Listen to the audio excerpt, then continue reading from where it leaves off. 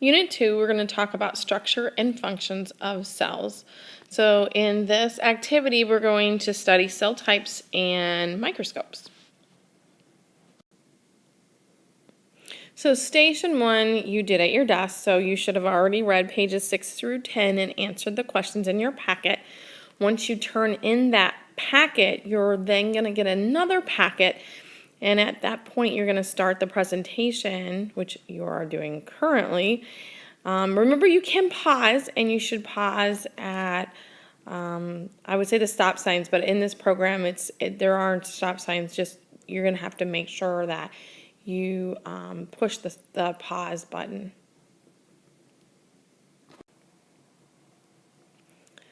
So Station 2, we're going to start looking at the history of the microscope.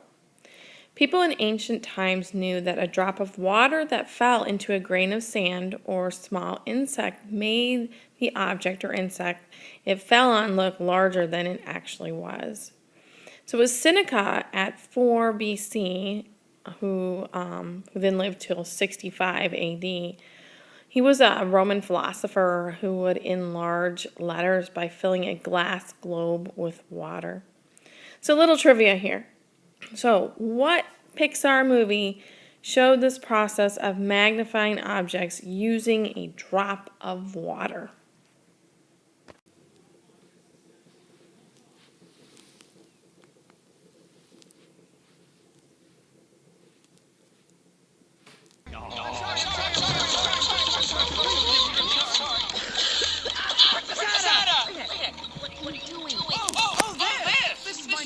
Harvesting grain. No more picking individual kernels. You can just cut down the entire stalk. We don't have time for this. Exactly. We never have time to collect food for ourselves because we spend all summer harvesting for the offering. But my invention will speed up production. Another invention? Yeah, and I've got something for you too. Since you're in between soon, you could use this to oversee production. Dr. Moore, if I may. Oh, there. Just an ordinary blade of grass and a bead of dew, right? Wrong. It is in fact a telescope. Very clever, Flick. Hello, Princess. My aunt was lovely this morning. Not, of course, you would need a telescope to see that.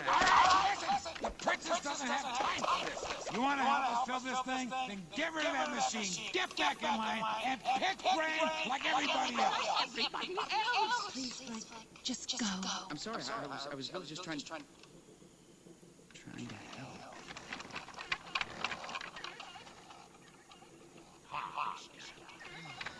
We harvest in the same way since I like you.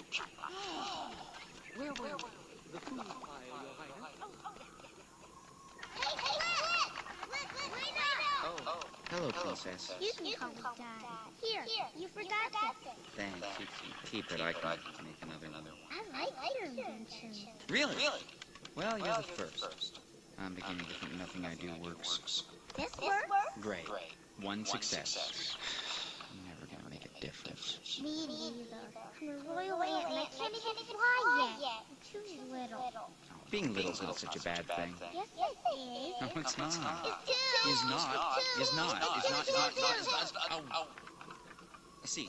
I need to see that. Now, Ptolemy was a Greek astronomer who lived in the 2nd century. He was the first person to explain why this happened, why water magnified objects. So he understood how bending light could magnify these objects. Ptolemy was also the first astronomer to suggest that the Earth was not in the center of our solar system and that the sun was.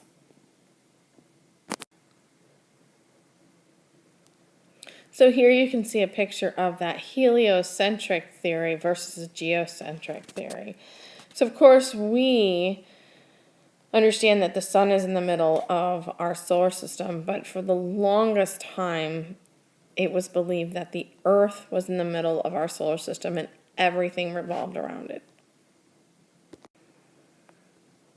So when we look at microscopes, they were first used during the early 17th century. We don't know who invented it because several different types were used during this time period. Many discoveries were made by Robert Hooke and Van Leeuwenhoek. Now Hooke looked at cork cells. He is who named the cell. So when we look at cork cells, they're dead cells, so they're hollow, they don't have much inside of them. And when he looked at them, it reminded Robert Hooke of the rooms that monks stayed in, which were called cells. This is why he named them cells. Now, Anton van Leeuwenhoek, he is known for his advances in the microscope. He viewed many living microscopic organisms, and the video I'm going to show you next is going to show you with Bill Nye the Science Guy and him using a van Leeuwenhoek microscope.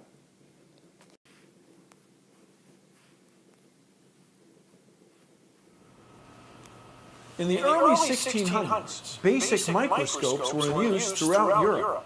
Gentlemen scientists were held spellbound by their ability to enlarge the universe of the very small.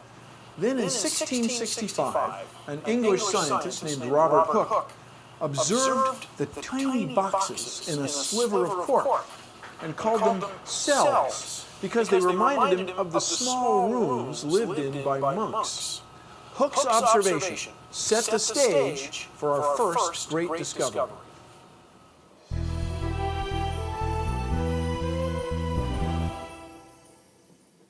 Anton van Leeuwenhoek was a Dutch merchant fascinated with science. Upon learning about Hooke's microscope, he decided to build one for himself. Dr. Gall. To find out what happened next, I paid a visit to Joseph Gall, a cell biologist at the Carnegie Institution in Baltimore, Maryland.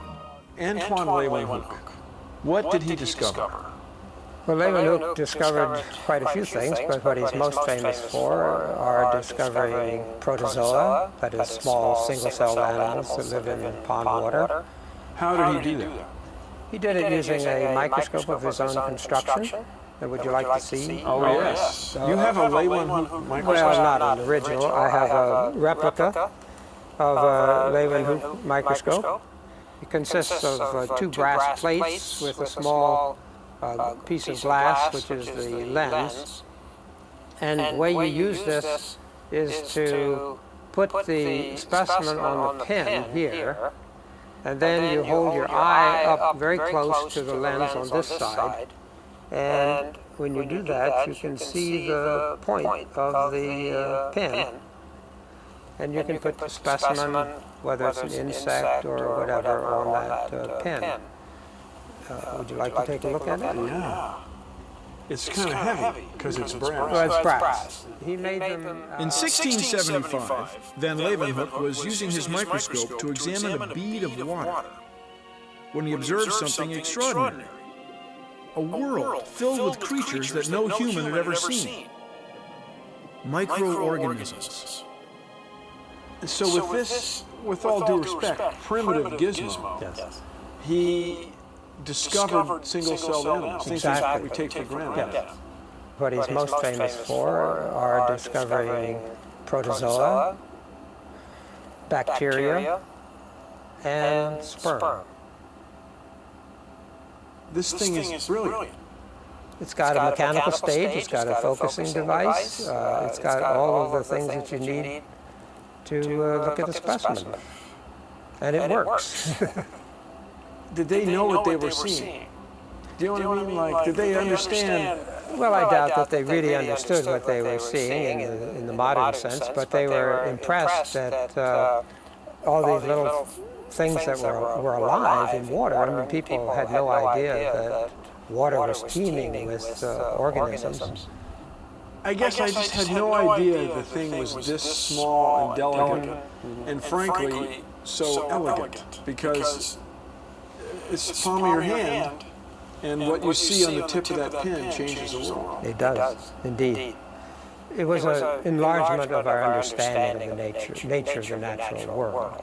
That the world out there was not just dead things, but that it was teeming with life.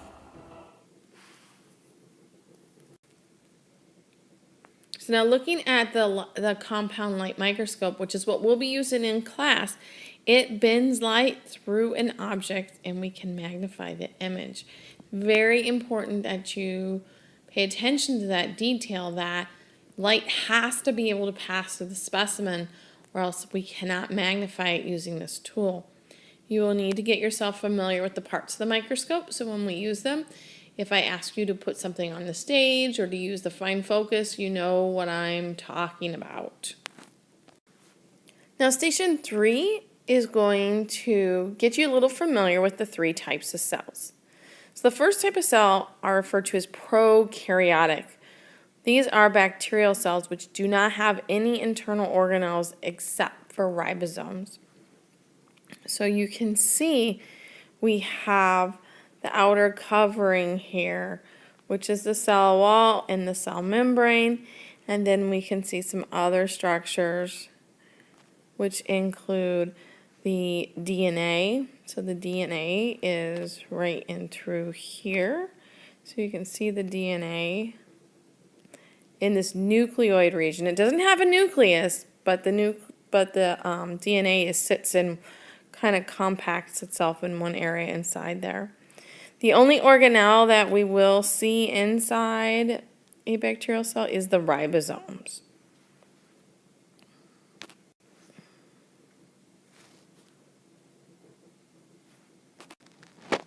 So here are some bacterial cells. So we have our streptococcus right here, which streptococcus is something, if you guys get strep throat, that's what that bacterial cell looks like.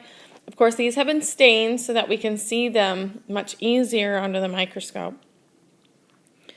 The other bacterial cells over here are bacillus. They're more of a rod-shaped structure to their cells. So the circles we call coccus and the rods we call bacillus. The next type of cell we'll look at are plant cells. So if you notice, they're rectangular in shape. They're more boxy.